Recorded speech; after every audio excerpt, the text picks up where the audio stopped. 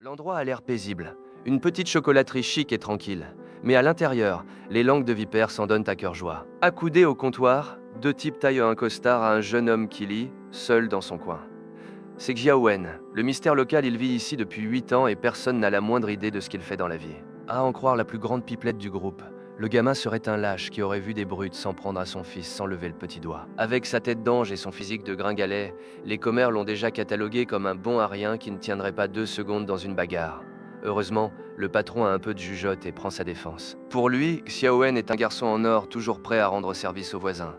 C'est juste un bon petit bêta, un peu trop réservé, c'est tout. L'homme regrette même de ne pas pouvoir lui présenter son fils aîné, simplement parce que le pauvre petit n'a pas un sous-vaillant en poche. S'il savait ce que cache ce garçon tranquille, le pauvre vieux tomberait raide mort sur le champ. Xiaowen prend congé d'un geste poli et rentre chez lui sous la lune. Il semble n'aspirer qu'à une boisson chaude et une fin de journée paisible, mais dès qu'il franchit le seuil de son appartement, l'atmosphère s'alourdit d'un coup. Il se sert une tasse, mais en croisant son propre regard dans le reflet de la vitre. L'instinct qu'il a tenté d'étouffer pendant 10 ans se réveille brutalement, il n'est pas seul. Derrière lui surgit un homme qui respire le danger grand, brun, avec des yeux verts qui percent l'obscurité comme des phares. L'inconnu ne tourne pas autour du pot et lui balance qu'il a rouillé, qu'il a perdu ses réflexes et que n'importe qui peut s'introduire chez lui comme dans un moulin. Xiaowen reste de glace. Cela fait une décennie qu'il se cache de la guilde des assassins. Et voilà que son passé vient de forcer sa porte. Le visiteur affiche un sourire de requin. Il lui annonce qu'il ne reçoit d'ordre de personne, qu'il est la seule loi ici, et a la décence de préciser qu'il n'est pas venu seul.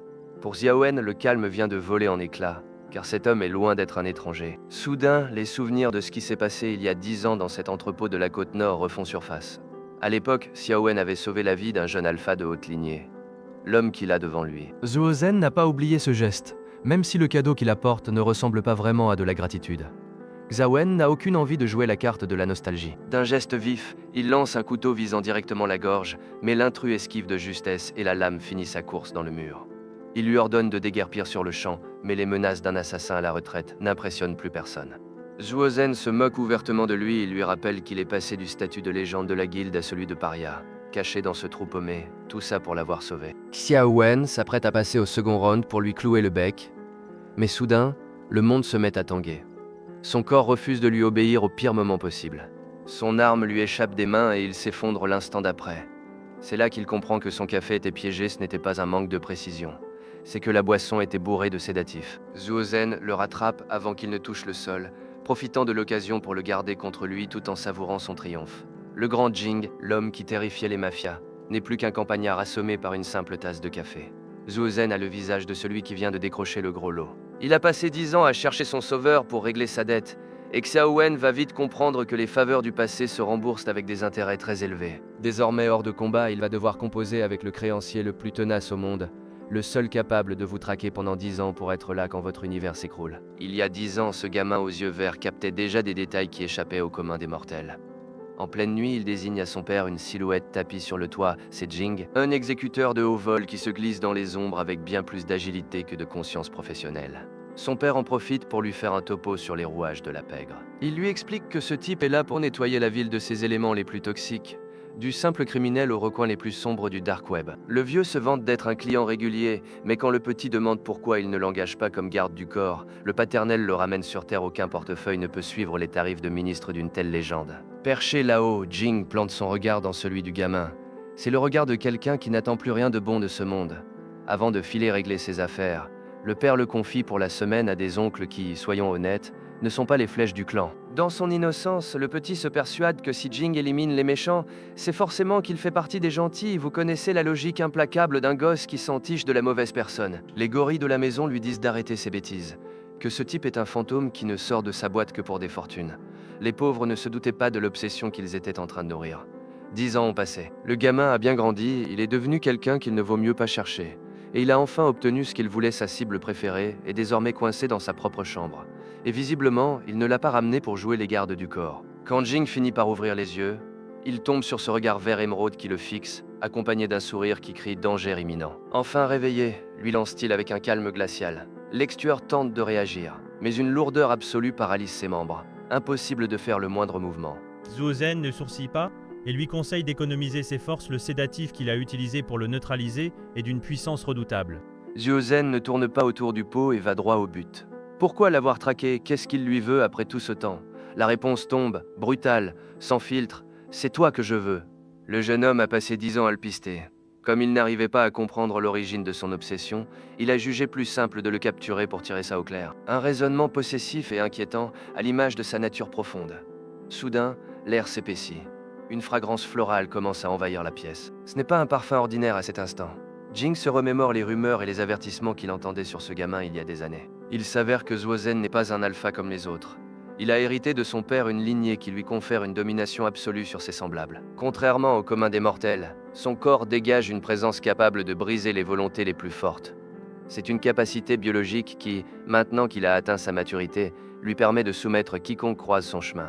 En résumé, le jeune homme possède un charisme irrésistible concentré dans son essence, soit on cède de son plein gré, soit l'instinct décide que la soumission est le seul moyen de supporter la pression. Jing finit par assembler les pièces du puzzle et réalise son erreur, le type qui le tient à sa merci, et le dévisage comme son nouveau jouet, et celui-là même qui l'a sauvé 10 ans plus tôt. Visiblement, la gratitude ne faisait pas partie du programme. Le silence règne dans la chambre, mais la tension est si forte qu'on pourrait la couper au couteau.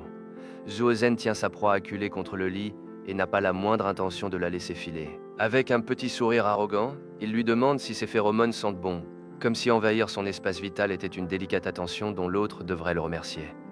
Loin de se laisser démonter, Ziyan le repousse d'un coup sec pour marquer son territoire. Il lui fait clairement comprendre qu'il s'appelle Wen Jiyan et qu'il ferait mieux de garder ses petits surnoms affectueux pour une autre occasion. Zuo Zhen n'en a cure, il entre dans son jeu et le rebaptise sur le champ, tout en le prévenant qu'il ferait mieux de demander tout ce qu'il veut maintenant, car après, il sera trop tard. Le type se pavane comme s'il était le maître des lieux. Jiyan l'a déjà cerné. Il sait que ce mec ne cherche qu'à le contrôler. Exactement comme tous les autres types qui ont fait une fixation sur lui par le passé. Mais Zuo Zhen lui rit au nez. Il joue les offensés et prétend qu'il est différent, qu'il le suit depuis 10 ans et que, contrairement aux autres, lui sait ce que signifie être un chien fidèle. Ziyan lui répond avec une logique implacable: si tu es si obéissant, pourquoi tu n'as pas déguerpi quand je t'ai envoyé balader tout à l'heure pris de court et sans excuse? Zuo Zhen laisse Ziyan prendre l'initiative. Ce dernier lui ordonne d'arrêter de libérer ses phéromones et de fermer ses yeux une bonne fois pour toutes.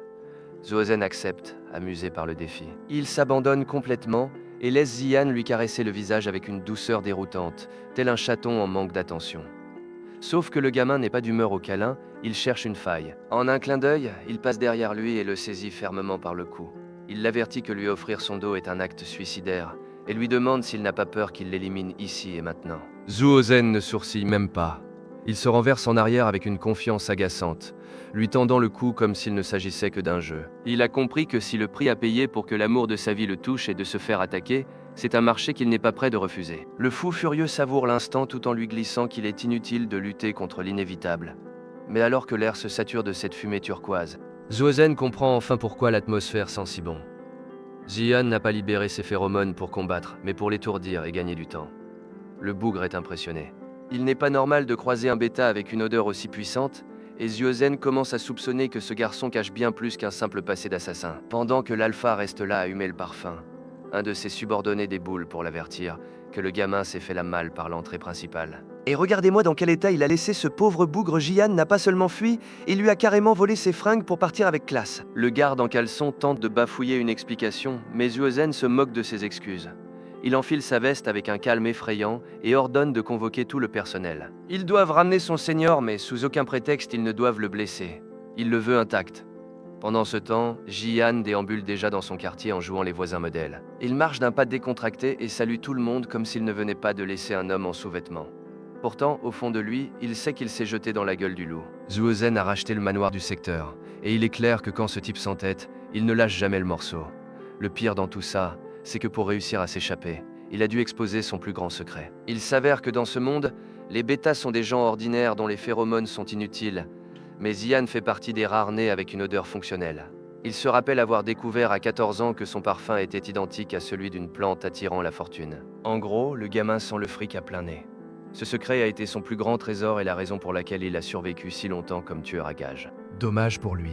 Le prédateur a maintenant flairé sa trace et ne s'arrêtera pas avant d'avoir fait main basse sur le butin. Jiyan arrive enfin à sa planque, espérant un peu de répit.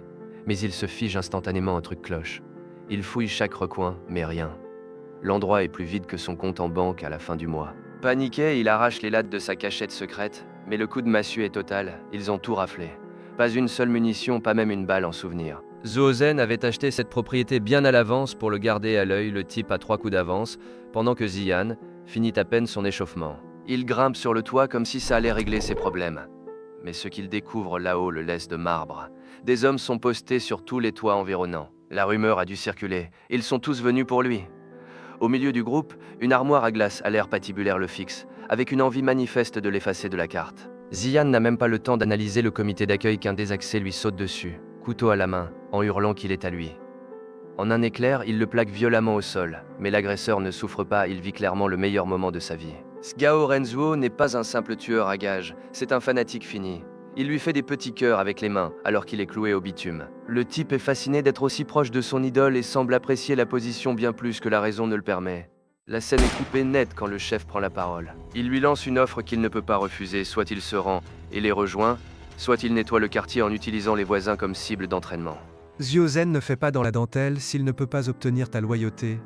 Il se contentera de te forcer à regarder tout ton pâté de maison se faire fusiller avant d'aller dîner. Ziyan tente d'utiliser son agresseur comme otage pour s'échapper, menaçant de lui trancher la gorge, mais le chef se moque éperdument de la vie de son subordonné. Pire encore, le masochiste au sol le supplie de l'égorger sans hésiter. Voyant que son otage ne vaut rien, il décide de tenter le tout pour le tout et se jette du haut du toit, tête la première, sur le leader. Mais Zuozen n'est pas un bleu, il le stoppe net dans son élan. D'un revers de main, il lui fait sauter son couteau comme s'il chassait une simple mouche. Ziyan voit rouge, l'attrape par le col et exige qu'il laisse les habitants tranquilles. Le chef le tient enfin là où il voulait et savoure sa victoire avec un sourire narquois. L'homme aux yeux verts joue sale, il lui fait comprendre que la vie de tout le quartier ne tient plus qu'à sa bonne conduite. Ziyan baisse les yeux et voit les passants, ignorant que leur vie ne tient qu'à un fil. Il sait qu'il est coincé. Il n'a d'autre choix que de baisser sa garde et d'accepter le marché. Zuozen fait mine d'épargner tout le monde, un vrai geste de gentleman. S'il ne comptait pas s'installer ici jusqu'à ce qu'il ne reste plus une once de dignité à Jian. Le pacte scellé, le boss en profite pour marquer son territoire, se rapprochant bien plus que ne le permet la décence. Visiblement, la notion d'espace personnel lui est totalement étrangère, il ne le lâche pas d'une semelle. Quelle fin de chapitre sous haute tension. Si le méchant ne respecte pas les distances, vous gênez pas pour envahir le bouton like, abonnez-vous pour ne rien rater. Et dites-moi en commentaire quel manoir vous voulez voir la prochaine fois. Prenez soin de vous. Zuozen ne perd pas une seconde et lui tombe littéralement dessus, mais le blond lui plante les crocs dans la main pour lui apprendre à respecter son espace vital. Le type essuie le sang d'un revers de main avec un sourire qui confirme qu'il ne lui manque pas juste une case, mais tout l'étage. Le voilà qui tape une crise de jalousie contre des fantômes en demandant s'il s'agit de son premier baiser, menaçant de liquider quiconque l'aurait touché avant lui. Il est tellement toxique qu'on a envie de vérifier si le bouton d'alarme fonctionne. Jian ne sait plus comment s'en débarrasser, mais le brun l'accule contre le mur avec ses airs de séducteur de bas étage. Il lui sort qu'il a passé 10 ans à le chercher, et qu'il compte bien toucher la récompense pour tous ses efforts. Zuozen lui propose alors une relation du genre dont on ne s'échappe jamais, mais Jian le coupe net dans son délire. Voyant que le romantisme ne prend pas, le psychopathe passe direct à l'inspection technique et se met à lui renifler le cou comme un chien de chasse. Ziyan tente de s'esquiver en prétextant qu'ils sont sur une terrasse à la vue de tous, mais ce grand malade n'a aucune intention de lâcher prise et se fout de lui en demandant s'il a honte que les gens sachent qu'il a enfin trouvé un homme, un vrai. Zuozen se prend pour un scientifique et lui demande où il cache ses glandes selon lui. Si un bêta en possède, elles doivent être logées dans un endroit intéressant, comme la poitrine ou la bouche. Ziyan essaie de faire le dur en disant que, même s'il les trouvait, il serait incapable de le marquer, mais il n'a pas encore compris à quel genre de désaxé il a affaire. Avec un rire de dément, Zuozen lui rappelle que son sang est spécial. Il n'a jamais eu besoin de marquer qui que ce soit, car son seul et unique objectif, c'est lui. Il va même jusqu'à lui lâcher qu'avec quelques ajustements, il pourrait bien finir par avoir ses propres périodes de chaleur. Le pauvre garçon devient livide en comprenant qu'il n'est pas seulement pris au piège, mais qu'il est devenu le buffet à volonté d'un alpha qui ne compte pas laisser de reste. Jian explose et lui hurle de faire ce qu'il veut, mais de ne surtout pas toucher à sa zone sensible. Grosse erreur. Il vient de confirmer que ses glandes se trouvent là, à l'endroit le plus évident qui soit. Zuozen remarque que le gamin est terrifié par la marque, parce que ses phéromones sont son dernier rempart, alors que pour l'alpha aux yeux verts, elles ne sont qu'un parfum bon marché. Il feint alors de capituler et lui jure qu'il ne touchera pas à ses glandes, juste pour voir s'il le laisse continuer ses attouchements. Jian, qui n'a plus la force de lutter, finit par s'abandonner à son sort. Mais ce type n'a aucune parole et le trahit aussitôt. Il se penche à son oreille pour le prévenir que la dernière fois, il a réussi à filer, mais que cette fois, il n'écoutera aucune de ses plaintes. Avant qu'il puisse réagir, il sent les crocs s'enfoncer violemment dans sa chair. Les présentations sont terminées. Zuozen ne perd pas de temps et plante ses crocs d'un coup sec. Le blond tente de se débattre avec ses dernières forces, mais l'alpha est déjà en train de lui injecter ses phéromones de force. Leur énergie respective se percute violmune, comme si le système venait de court-circuiter, et Jian lâche un ultime cri de douleur avant de sombrer. En s'effondrant inconscient dans les bras du type, le plan de l'obsédé se retourne contre lui au lieu de le soumettre. La douleur a mis Jian KO, bien trop tôt. Zuozen emporte alors le blond, porté comme un trophée de guerre, jusqu'à son immense manoir. Jian finit balancé sur un lit qui vaut plus qu'un rein. L'alpha convoque immédiatement l'expert en phéromones, le gars aux cheveux violets qui a plus de cicatrices que d'années au compteur pour comprendre ce qu'ils ont bousillé chez lui. Le diagnostic tombe, le corps du blond est une anomalie. Il possède des glandes, mais elles agissent comme un bouclier qui rejette toute intrusion. En gros, son organisme détecte l'odeur de Zuzen comme un virus et lui a déclaré la guerre. Et comme l'alpha se moque pas mal de la souffrance des autres, son plan n'a rien de subtil. C'est une méthode de conquête sauvage, il compte le saturer de son odeur jusqu'à ce que le corps de Jian finisse par abandonner le combat.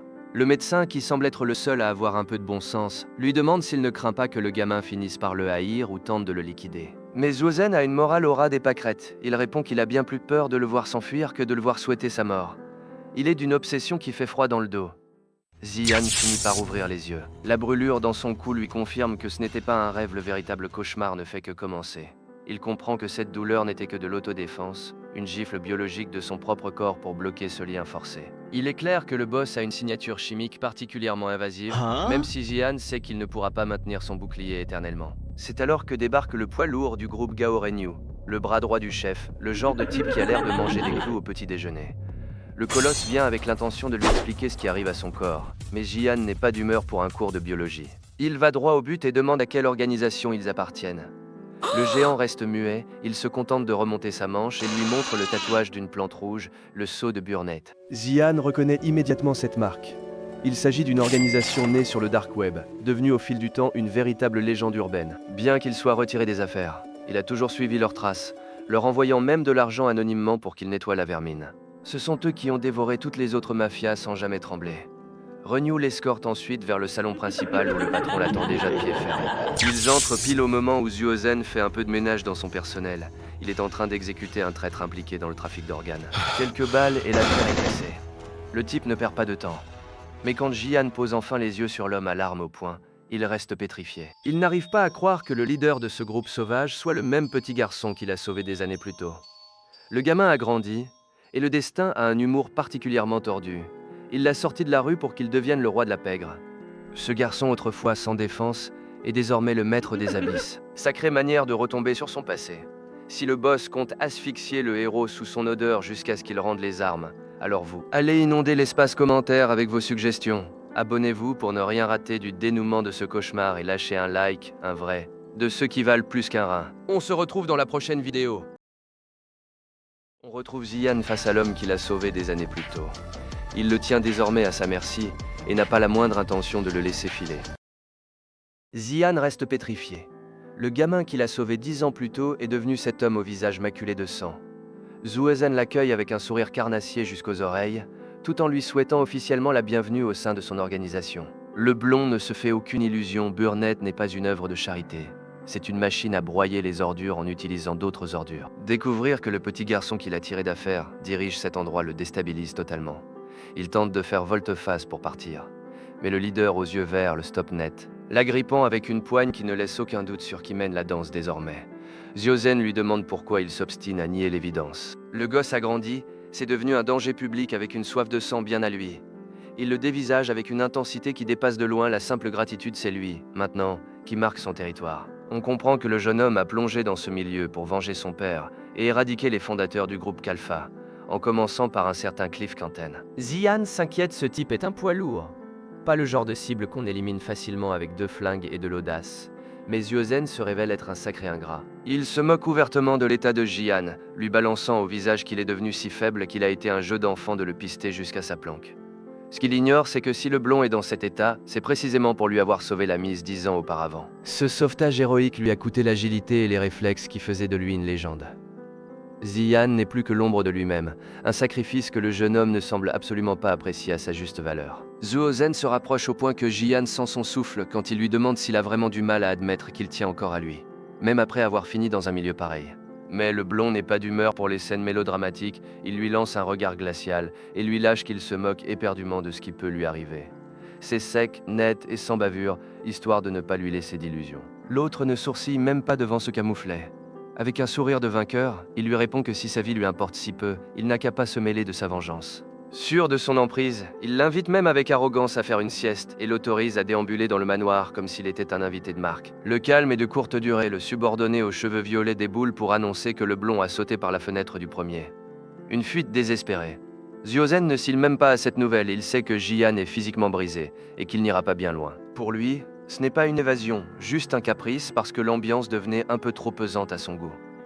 Le brun a un ego absolument démesuré. Il sait que la moitié de la ville veut sa peau, et c'est précisément là son coup de maître. Il est convaincu que, puisque Jian a déjà tout sacrifié pour lui autrefois, il ne le laissera pas se faire descendre aujourd'hui. En gros, il utilise sa propre vie comme appât, certain que l'instinct de protection de l'autre prendra le dessus. Zhuozen se met délibérément en danger pour le forcer à revenir. Peu importe où il se cache, il est sûr de le tenir au creux de sa main. Pendant que les gardes fouillent partout sauf là où il faut, Jian est déjà sur le toit, avec une réserve d'oxygène qui rend l'âme. Il a moins d'endurance qu'un vieil iPhone, mais il reste là à hésiter au lieu de mettre les voiles. Même si son instinct lui hurle de fuir Zhuozen, son complexe du sauveur finit par prendre le dessus, et il s'attarde à analyser ce drame familial alors qu'il devrait déjà être à des kilomètres d'ici. Au lieu de s'échapper, le blond a la brillante idée de s'engouffrer par une fenêtre ouverte, droit dans la gueule du loup. Il tombe sur Zhuozen, soi-disant endormi, et s'indigne presque de voir que la chambre n'a pas le moindre dispositif de sécurité. En le voyant ainsi, les souvenirs remontent l'époque où Zhuozen n'était qu'un gamin en pleurs qui mendiait un peu d'affection et s'endormait serré contre lui. Mais il chasse vite cette image, sachant pertinemment que ce petit garçon n'existe plus. Juste au moment où il décide qu'il en a assez vu, le piège se referme brutalement sur lui. Le regard vers le foudroie alors qu'il le saisit par le bras avec une force brute pour l'épingler sur le lit en un éclair.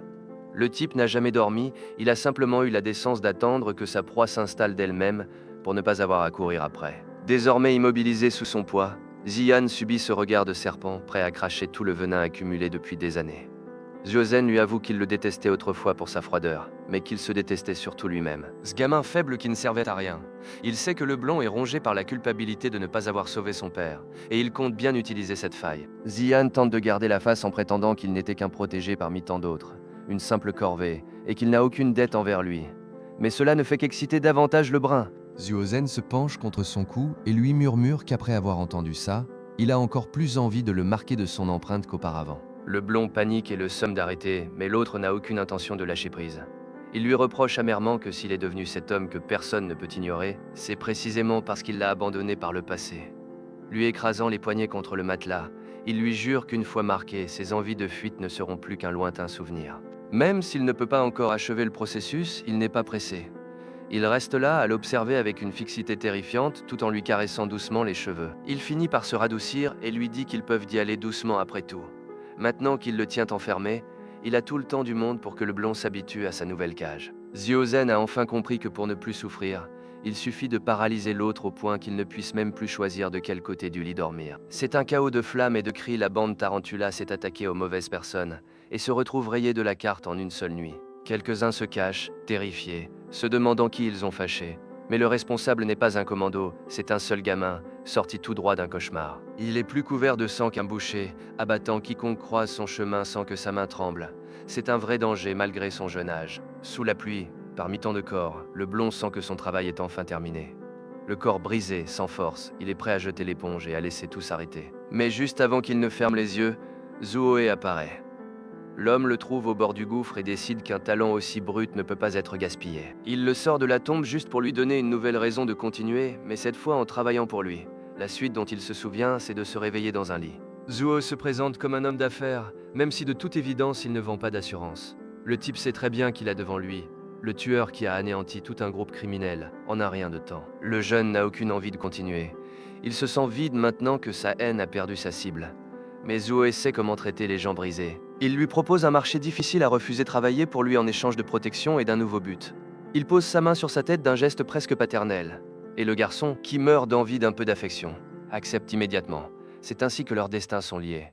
Mais ce passé ne reste pas enterré. Dans ses cauchemars, le garçon retourne toujours au même endroit, un entrepôt où il a vu Zhuo pour la dernière fois, allongé sur le sol, se vidant de son sang. De son dernier souffle, l'homme lui a confié sa tâche finale, protéger son fils, Zhuozen. C'est le vrai lien qui le retient et la raison pour laquelle il endure tout aujourd'hui. De retour à la réalité, il se réveille en sursaut. Il doit partager le lit avec le fils de celui qui l'a sauvé. Mais la scène n'a rien de doux. Il se lève, vidé, le corps réclamant une pause car les phéromones de Zuozen sont si écrasantes qu'elles lui vident ses forces. Il lui faut un moment pour se recomposer avant de vouloir faire quoi que ce soit, sans remarquer que Renzuo l'observe depuis l'entrée. Le frère cadet n'a pas l'air d'être le plus lucide du groupe, mais il est bien plus docile que l'insupportable Zuozen. Jian remarque tout de suite qu'il peut manipuler ce gamin à sa guise. Il planifie déjà comment profiter de son obéissance plus tard. Pour commencer, il lui demande des vêtements, et le garçon file obéir comme si c'était un ordre divin. Pendant ce temps, Zuozen est assis comme un parrain de la mafia, écoutant des rapports. On dit que Cliff Cantine rôde autour d'une église qui sert de base à une bande appelée Black Mamba. Il se trouve qu'il y a un moment, Jian leur a ruiné presque toutes leurs affaires, et maintenant qu'il est hors jeu, les autres en ont profité pour refaire surface. Renzuo essaie de s'attribuer le mérite, mais son frère le fait taire pour qu'il ne continue pas à se ridiculiser. C'est alors que Jian arrive, portant la tenue que le jumeau lui a apportée. Il est impeccable et Zuozen en profite pour lui lâcher un compliment avec cette tête de quelqu'un qui se sent maître du monde. Zuozen lui souhaite officiellement la bienvenue dans son groupe, il n'est plus simplement à protéger. Maintenant, il le désigne comme son tueur à gages personnel. L'atmosphère devient tendue quand Zuozen sort un pistolet et le tend à Jian. C'est une marque de confiance comme il n'y en a qu'entre un chef et son bras droit. Ces hommes ne comprennent rien et suent à grosses gouttes, mais Zuozen est très sûr de sa décision. Jian la prend sans hésiter. Il sait parfaitement qu'il a intérêt à jouer le jeu de ce dément jusqu'à ce qu'il se rétablisse après tout. Tous deux cherchent à buter les mêmes fondateurs de Kalfa. Avec un calme glaçant, le blond arme le pistolet, mais avant de conclure l'affaire, il prévient le chef qu'il a 2 ou 3 conditions. Les gardes paniquent et le mettent en joue immédiatement, mais Zuozen les arrête net. Il veut entendre ce que demande son nouveau jouet favori pour évaluer combien ce caprice va lui coûter. Jian a beau pointer son flingue sur lui, le boss est plus détendu que s'il était au terme. Le blond met les poings sur les îles, il ne cherche plus à s'enfuir, il veut négocier. Il pose 2 conditions sur la table d'abord. Qu'il suive ses conseils pour le plan contre Kalfa ensuite. Qu'il ne s'avise plus jamais de toucher à ses glandes odoriférantes. Avec un de ses sourires qui indique qu'il a déjà trouvé la faille dans le contrat, Zuozen accepte. Il se rapproche tellement que la notion d'espace personnel s'évapore et, avant que le blond ne puisse esquisser le moindre geste, le boss écarte l'arme et lui plaque un baiser de ceux qu'on n'oublie pas. On dirait bien que l'accord ne disait rien sur l'usage de la langue.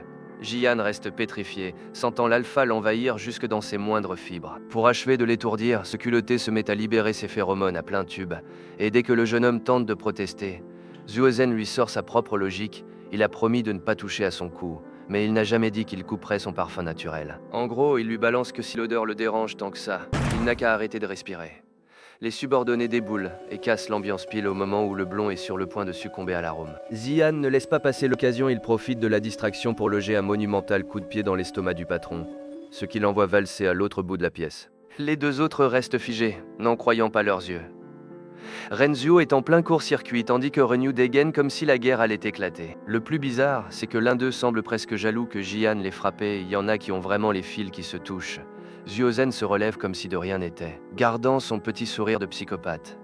Il palpe l'endroit du coup, mais au lieu d'envoyer Jian au cachot, il ordonne aux 2 autres de rengainer. Il veut savoir quelle urgence les a fait entrer comme une charge de cavalerie. Apparemment, ça chauffe sur l'île Varina, un soldat a signalé des membres de Black Mamba rôdant dans le secteur. C'est une organisation qui s'est blindée de thunes grâce à l'or et qui arbore un mamba noir comme emblème. Ce sont leurs rivaux de toujours et il semblerait qu'ils magouillent en douce. Loin de s'inquiéter, la nouvelle le ravit. Zuozen sait qu'ils ont aidé Quentin à se planquer juste pour lui casser les pieds, et maintenant, ils viennent marquer leur territoire. Le type décide que dans 2 jours, ils partent sur l'île pour s'amuser un peu avec eux, prouvant une fois de plus qu'il n'a pas une once d'instinct de survie. Jian n'en revient pas pour lui. C'est un piège tendu sur un plateau d'argent. Jusqu'ici, tout le monde pensait que le leader de Burnett était un vieux débris. Mais Zuozen est bien décidé à griller son meilleur atout, le fait que personne ne connaisse son visage. Sauf que le boss n'accepte de conseils de personne. Il s'approche avec un regard à vous glacer le sang et lui avoue que c'était le plan depuis le début. Il voulait qu'il sache qui il est pour faire sortir les serpents de leur trou. Quand Jian tente de le traiter de fou, Zuozen le stoppe net en utilisant son propre script. Il lui précise que sa sécurité et le chemin qu'il choisit ne le regardent pas, répétant mot pour mot ce que le blond lui a balancé hier soir.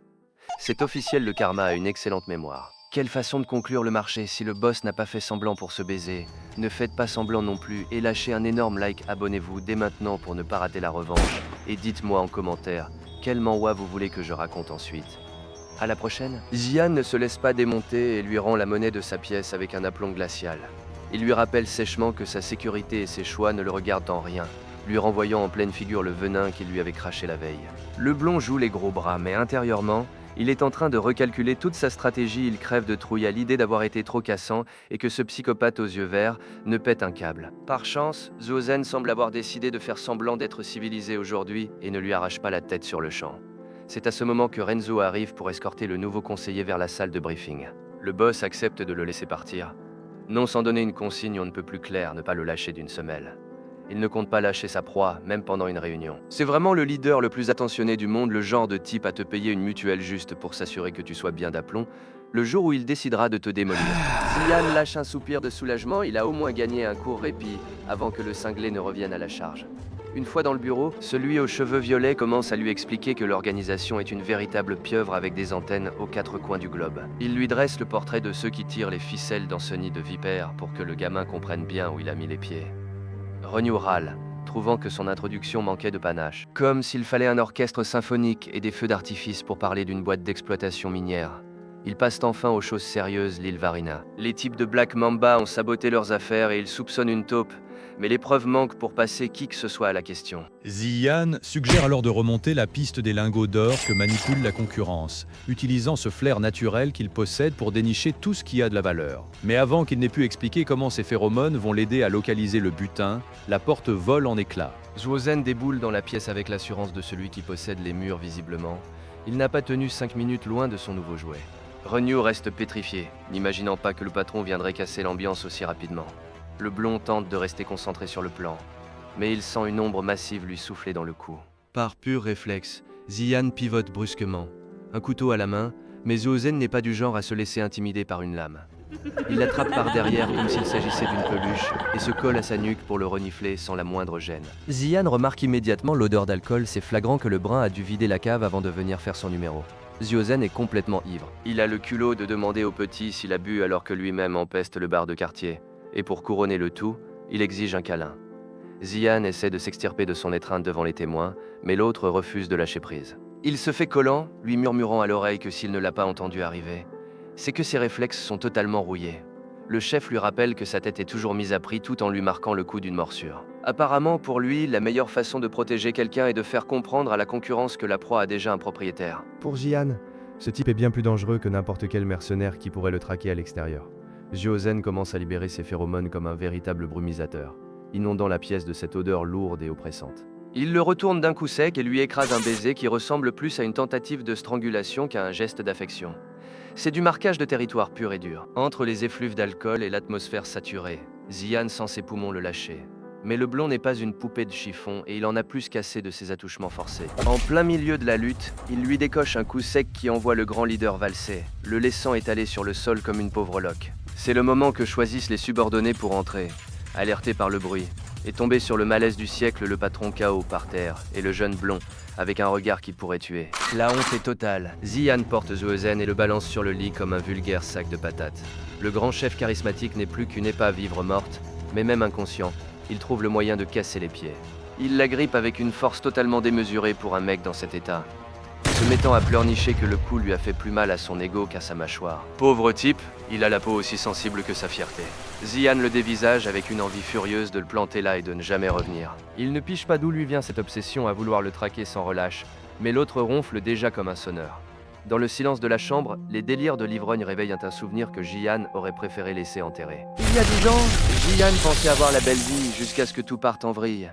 À l'époque, il était bien trop occupé à vouloir rayer de la carte un gang nommé Kalfa pour jouer les babysitters. C'est là que le père de Zuozen s'est pointé, une vraie gueule de mafieux, pour lui proposer un job de garde du corps.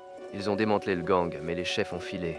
C'est là que Jian a compris qu'il s'était fait avoir. Dans un entrepôt miteux face à la mer, le vieux l'a supplié de veiller sur Zuozen avec une sincérité que seule l'approche de la mort peut donner. Et le vieux a tenu parole, il lui a légué son empire, sa confiance et la responsabilité d'un gamin. Un pack complet que Jian n'a même pas pu refuser, puisque l'autre a eu la politesse de passer l'arme à gauche avant d'entendre la réponse. Jian a dû nettoyer le chantier pour éviter que l'héritier ne se fasse descendre, même s'il ignorait encore le secret de cette lignée. Il commençait à peine à comprendre que le sang de jeunes comme Zuozen permettait de soumettre n'importe qui à sa volonté. C'est pour ça que Kalfa avait mobilisé toute son armée pour lui mettre la main dessus. Il tenait le gamin à la gorge, sans se douter qu'ils allaient se heurter au véritable monstre du secteur. Il s'est avéré que le cerveau derrière tout ce bordel n'était autre que Cliff Contine. Le mec était le médecin de famille, Mais il a dû se lasser des ordonnances pour se lancer dans le crime organisé. Une sacrée perle, cet employé. Le gosse qui était l'innocence même à cet âge, a couru vers lui en pensant qu'il venait le sauver. Le petit avait l'instinct de survie d'une victime de film d'horreur heureusement. Jian avait de meilleurs réflexes et l'a stoppé net d'un coup sec. Il avait déjà pigé que le docteur n'était pas là pour distribuer des bonbons et que ses intentions puaient à des kilomètres. Cliff, avec l'empathie d'un escroc, lui a balancé que son patron était de l'histoire ancienne. Il a promis monts et merveilles à Xian pour qu'il change de camp, essayant de l'acheter comme un meuble d'occasion. Le monde du petit s'est effondré en apprenant la mort de son père, mais Xian n'était pas à vendre. Il lui a fait comprendre qu'il ne manquait pas de fric et qu'il pouvait se carrer ses offres où il pensait. Le docteur a savouré ce coup bas avec une malice non dissimulée.